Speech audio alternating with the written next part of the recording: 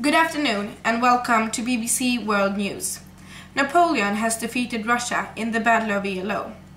A gunpowder warehouse was hit by a lightning in Luxembourg and 213 people were killed. And for all of you Beethoven lovers, the first performance of Ludwig van Beethoven's 4th Symphony has premiered today.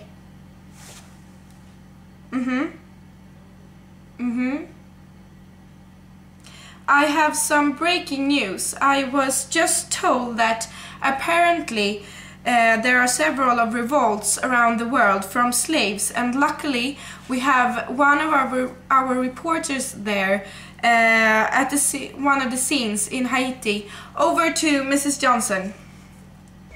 Yes, thank you. I'm standing here outside one of the plantations in Haiti, and with me I have one of the slaves. So who are you and what's your story? My name is Abu Babu. I was taken by Englishmen when I was 10 years old. I have worked here on the plantation for 15 years now. So what's happening here in Haiti? We are very inspired by the French Revolution, and we think it's our time now to make a stand. So what's your next step? We are going to burn down Mr. Wilson's house. Okay, as you can see, the situation here in Haiti is very tense. The slaves are protesting against their owners, so we will follow these events very carefully. Back to the studio. Thank you, Mrs. Johnson. This is likely to be an historical event and affect the slave trade in the future. Now we have with us on the phone a member of the British Parliament. He is the leader of the abolitionist movement, and his name is William Wilberforce. Mr. Wilberforce, do you hear me? Yes, I'm happy that the slaves are reacting and the slave trade is now threatened. They have certainly got inspirations from the people in France and the French Revolution.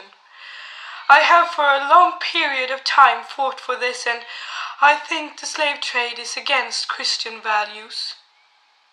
Mr. Wilberforce, how do you feel about your new position? Do you feel that that has helped you in the struggle for abolish the slave trade? Yes, since I was chosen as the member of the parliament, I believe that people are listening to me more and my arguments.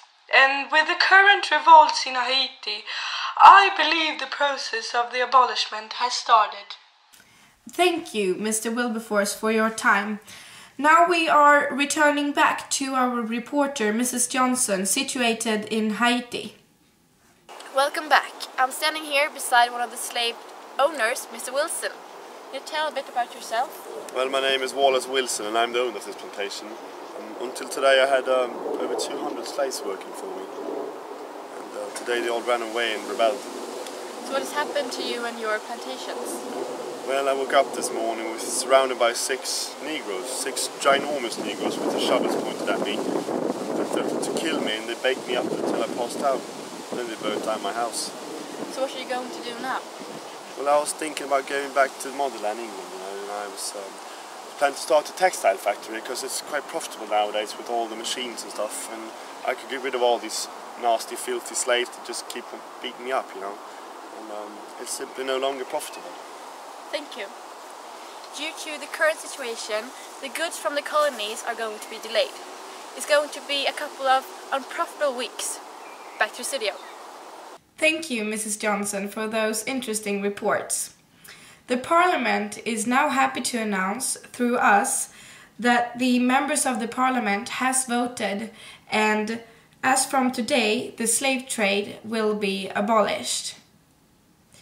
And now we will go to one of our reporters who is situated at the streets of England to see the reaction of the people.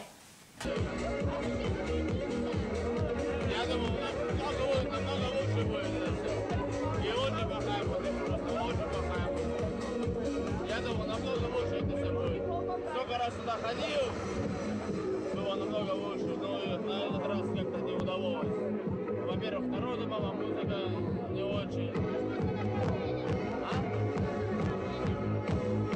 Давление? Какое давление?